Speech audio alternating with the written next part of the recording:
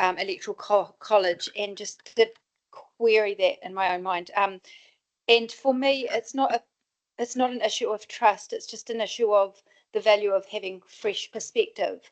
And so I won't support the proposal, the recommendation, the 3 recommendations, not because I've got any issue with the membership on the electoral college, but simply because I think there is value in perhaps having a fresh perspective if we're re-looking at that. And in particular, my observation has been that the use of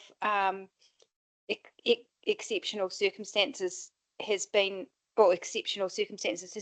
very loose, and I guess I realise this will come back and we'll have an opportunity to have input, but I wouldn't like that to be loosened. I'd actually like it to be strengthened, and I don't necessarily know if I've currently got confidence that that would be carried out through utilising the current membership. So I won't support recommendation 3. Haven't necessarily got a recommendation of specific individuals, but just wanted to explain why I'll be voting against that one. All right, we'll vote.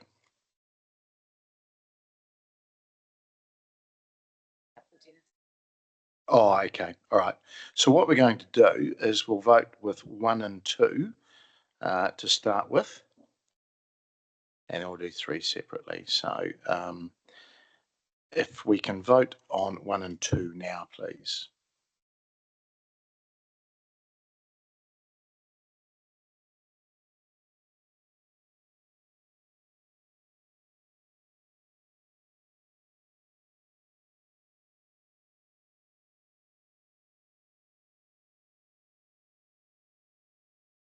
It has passed 15 votes for and none against. And now we're going to come back to 3. And we'll just vote on 3, please.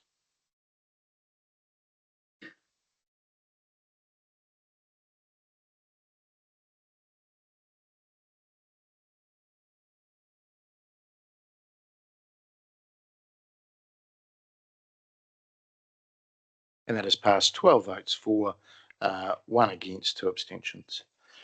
Okay, moving through to number 13 on our order paper, and that's around the civic fund establishment for the Te Awa Community Foundation. I'll invite Richard Carr, who's our Commercial Partnerships and External Funding Manager.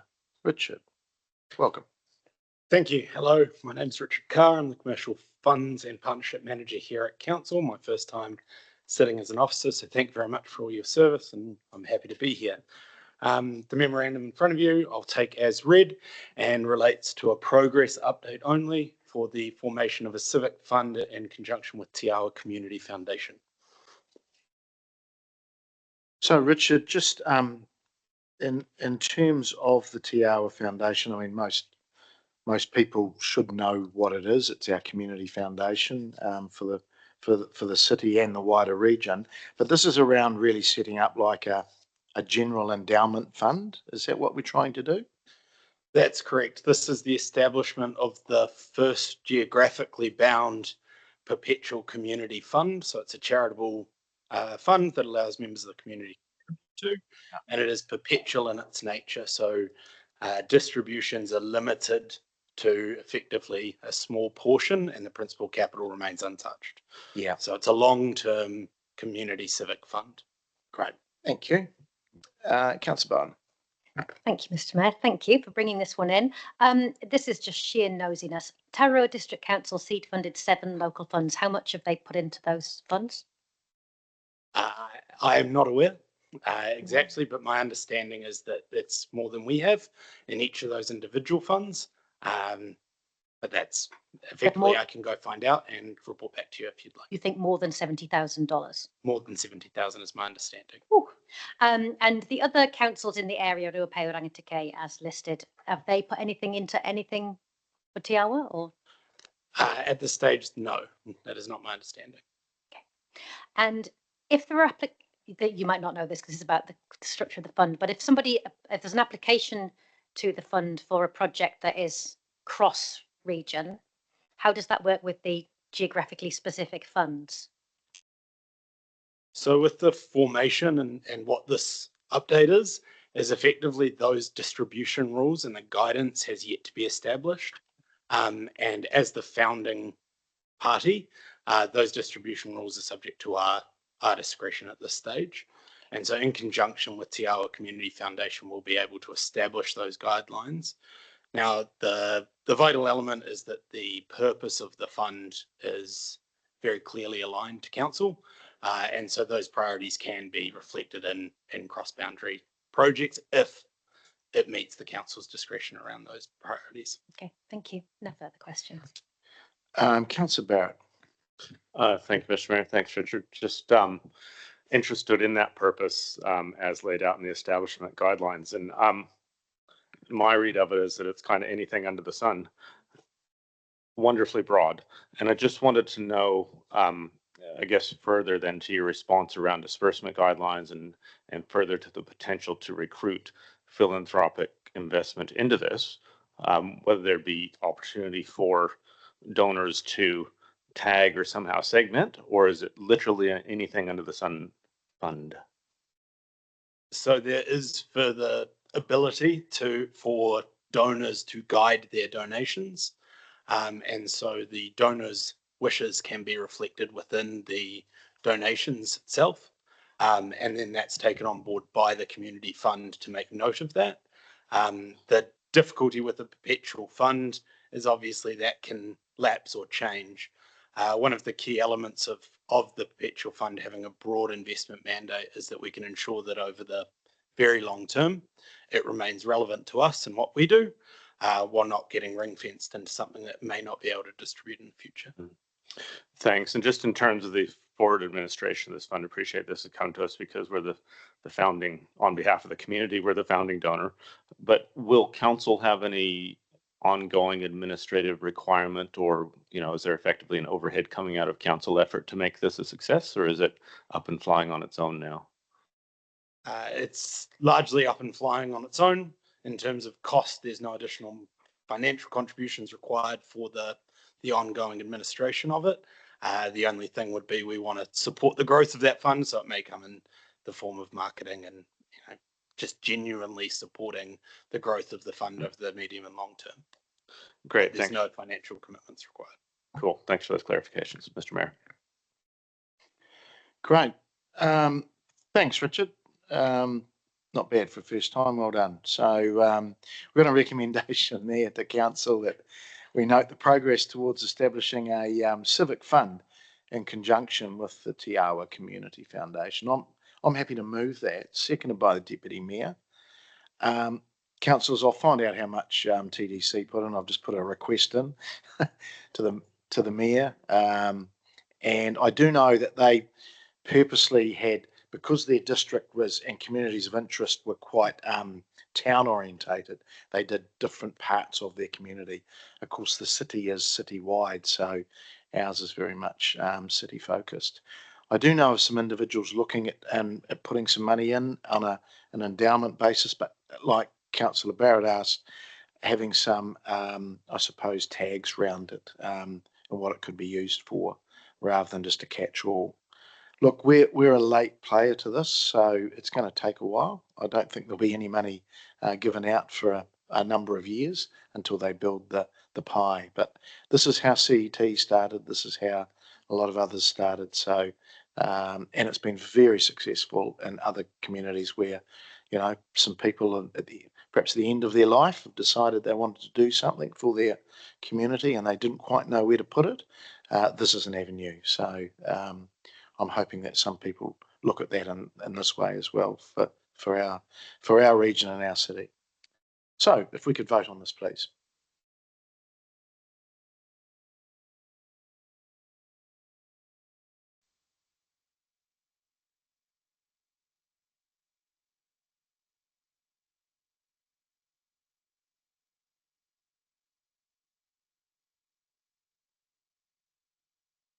It has passed, 15 votes for and none against. All right, if we could now look at number 14 on our order paper, which is around civic and cultural precinct, 6 month update, and invite David Murphy. GM of Strategic and Planning, and Richard Carr back to the table. Thank you. Page 73 of your papers. Kia ora koutou, councillors. Thank you, Mr. Mayor. Richard, after very quickly making his chamber debuts, back at the table again. So yeah, just want to acknowledge that Fiona, Richard, and the commercial team will have a significant involvement in this project going forward, particularly given the LTP assumptions around funding a number of the projects that sit within the civic and cultural precinct. So it's good to have Fiona and Richard on board in the team. So we'll take the memo as read. It's relatively straightforward. Hopefully, there hasn't been a huge amount of work in the 6 months since the last update. We are in a procurement process at the moment, so that's running a little bit later than what we would have liked for a bunch of reasons, but we're going to the market very shortly to seek applications to assist us with setting up the overall structure for this project. One of the reasons why that is important is whoever we start to partner with this project, it's going to be a 10, 15, 20-year relationship potentially in terms of the way in which we work with other partners to deliver these types of projects. So learning from other cities and getting some specialist advice about how we start that process and how we engage with the market is going to be really critical to the ongoing success, as again emphasising, particularly given the assumptions in the LTP regarding the funding of these projects. So yeah, happy to answer any questions. I'm sure there's anything you want to add, Richard. Okay, thanks, David. Richard. Councillor Naylor. Yeah, thanks to the both of you for the report. Just in terms of year one, you've mentioned that not much has happened in the last 6 months, and this is happening a bit later than expected. Given that there's 100,000 in this current year budget, will we be using all of that?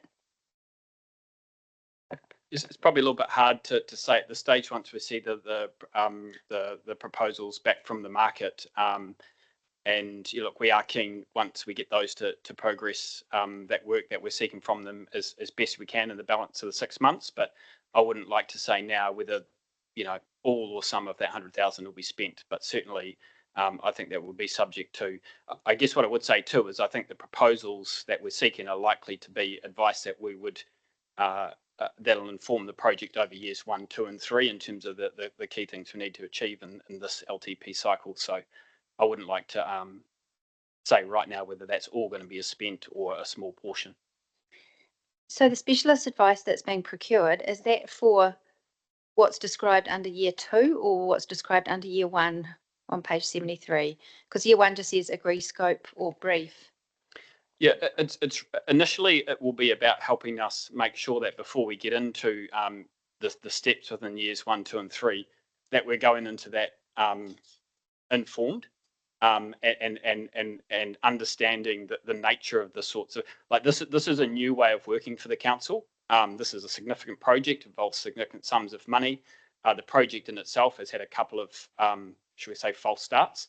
So before we really firmly, particularly engage with the private sector in the market, we want to understand that we're well placed to be doing that and having conversations. So I think that advice initially is always before steps, the steps in years 1, 2, and 3, but that potentially that trusted advisor may well assist the council through the steps that are outlined in years 1, 2, and 3. So whilst year 1, 2, and 3 appear like there's 3 different separate pieces of work, are you saying it's really one piece of work over 3 years? It's definitely, yeah, they all relate to each other, and it may well be that, as I said, I think that the advice that we're seeking, it may well be that it sort of it decreases over those 3 years as we step into those years 1, 2, and 3. But it's about making sure we start right. Okay, thank you. Councillor Wood. Thank you, Mr. Mayor. Thank you, David. So just to understand further to Councillor Naylor's question, when it says we're seeking specialist advice, are we engaging a consultancy firm, a commercial development firm, a commercial real estate? What sort of firm are we engaging for that?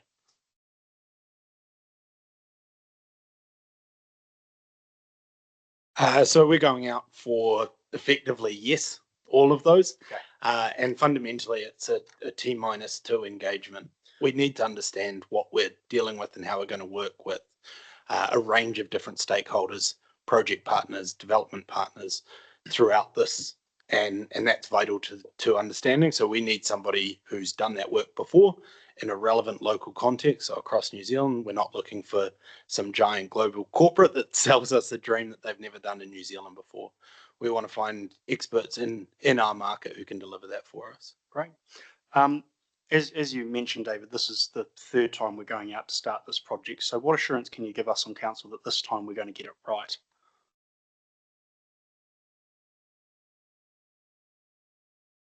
Well, certainly there's been a change of tact through the direction the elected members have provided through the LTP. So the first two starts of this process were planning focused. So there was a master plan done in 2019 that was generally well received by the council at that time. There was some work then commissioned to progress that to advance that work, which was more a planning focus, and there was dissatisfaction amongst the community and the council about that work, and it was paused before it got to that phase of starting to investigate funding, delivery, those sorts of things. So I guess what we, again, I stress the LTP assumptions are significantly influencing the way we advance this project. So, 90% co-funding for some of these buildings means we are going to have to advance this project. So advance this project substantially different to what those first two iterations. So one of the things we've talked about in the working group is that, and building on the experience of other cities is any partners that we look to partner with, or any private sector partners, they will have their own views about what is commercially viable, what is a good plan, and certainly other cities that have followed this approach, when they go to the markets to say, well, you tell us what a master plan might look like for this area,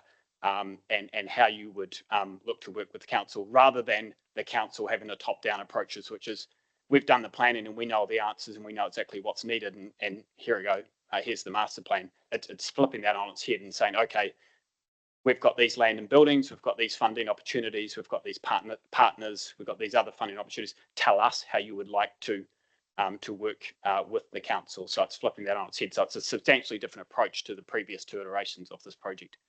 Great. And I think that answers my third question, but I'm going to ask it anyway just to make sure. So how can we agree to a scope and brief when the council hasn't agreed to how it's going to handle, for example, the library? When we're assuming 90% co-funding, that could look like a whole range of things. That could be sell the land, somebody builds it and we rent it. That could be we do it in partnership with them. It could be a whole range of proposals. So is what you're saying that this project will bring us options which as a council we can then review? Yeah, so than us deciding and then you going out and working that through. So the council hasn't made any, in terms of the restarting this project, the council hasn't made any formal decisions around this table about what the scope of the brief is, other than the fact that there's certain buildings and projects in the LTP that require attention. The working group has had conversations about their view on what the scope and brief would be, but until we get that specialist advice and bring that scope and brief back here, that's where it would be confirmed. So as it's outlined in the paper, the working group are of the view that the scope and brief should remain wide, so that we're not limiting opportunities for the private sector to indicate how they could help revitalise our city centre and solve some of our challenges. Great. Thank you, David. Thank you, Tim. All right. Thanks, gentlemen. So we have a recommendation there around the Civic and Cultural Precinct 6-monthly update that we receive. The update presented today on the 5th of February 2025. I'm happy to move that, seconded by the Deputy Mayor. And look, I think this will start to come to the fore as we get through some of our perhaps more immediate or prioritised projects. But it's really important that we don't lose sight of what the city is looking like and the potential of the city. And I think it's going to be primarily driven by the private or commercial sector. We've just got to make sure that we influence where we can. And it's a new way of working. I note that Hutt City and New Plymouth have done some pretty cool projects, which the city hasn't had to pay for, but is getting the community benefit from. And of course, Christchurch and Auckland probably lead the way in this space as well. So thanks, David and Richard. Look forward to, it's going to be a little bit of a long game this, but we'll have some wins over the coming years. So look forward to it. If we could vote, please.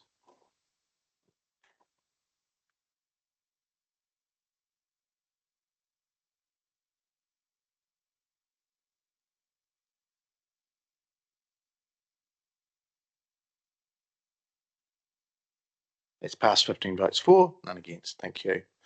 Okay, moving through to number 15, Council's work schedule, page 77, and I'll pass to the CEO, Wade, if you'd like to comment at all. Yes, through the chair, probably just actually the very first item there, that's a report back on investment options for the Palmerston North Airport. We're planned on bringing something back to you early this calendar year around that. That's likely to be closer to the middle of this year, mostly just because, as you've already experienced, our workload around local water done well and a few other things has tapped us out a bit. And on that one, I recall that Palmerston North Airport actually undertook a reasonable amount of that work. We've got some paperwork back from them. We'll look to include that with where it is that we got to around potential investment options, and then bring that back to you as a bit of a package. So that'll probably be closer to the middle of this year now for that item. Happy to take any questions on anything else that's in there. Councillor Barrett. Thank you, Mr. Mayor. Just wanted to check in around the correspondence around Wakakatahi NZTA consultation around speed limits in the Kelvin Grove and Asher stretches of State Highway 3, and whether that is indeed likely to make the 5 March meeting. Yeah, I'll just check with Mr. Murphy.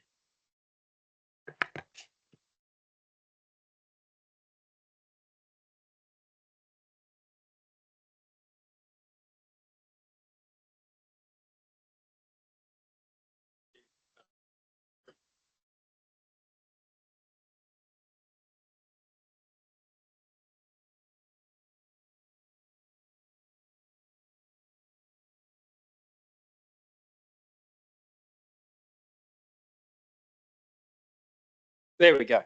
Through you, Mr. Mayor, David Murphy, General Manager, Strategic Planning. Yes, the team are working on a submission in relation to those speed limit reversals that are being consulted on by NZTA, and the plan is to bring those to the council meeting on the 5th of March. 5th of March. Yes. Thank you. Okay, all right, we've got a recommendation there to council that we receive the work schedule dated 5th of February 2025. Happy to move that. Seconded by the Deputy Mayor. Any comments? There being none, we will vote.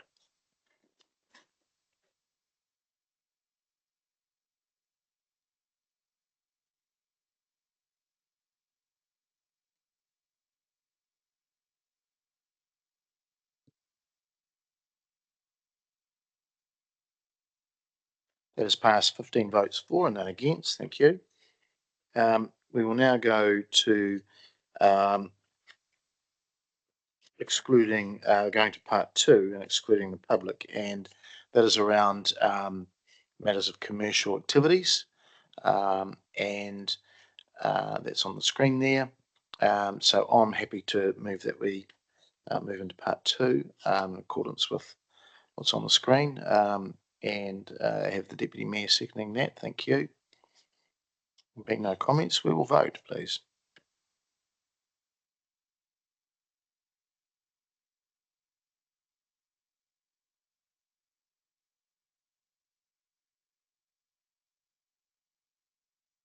That has passed 15 votes for and none against. So we'll just a couple of minutes while we prepare the room.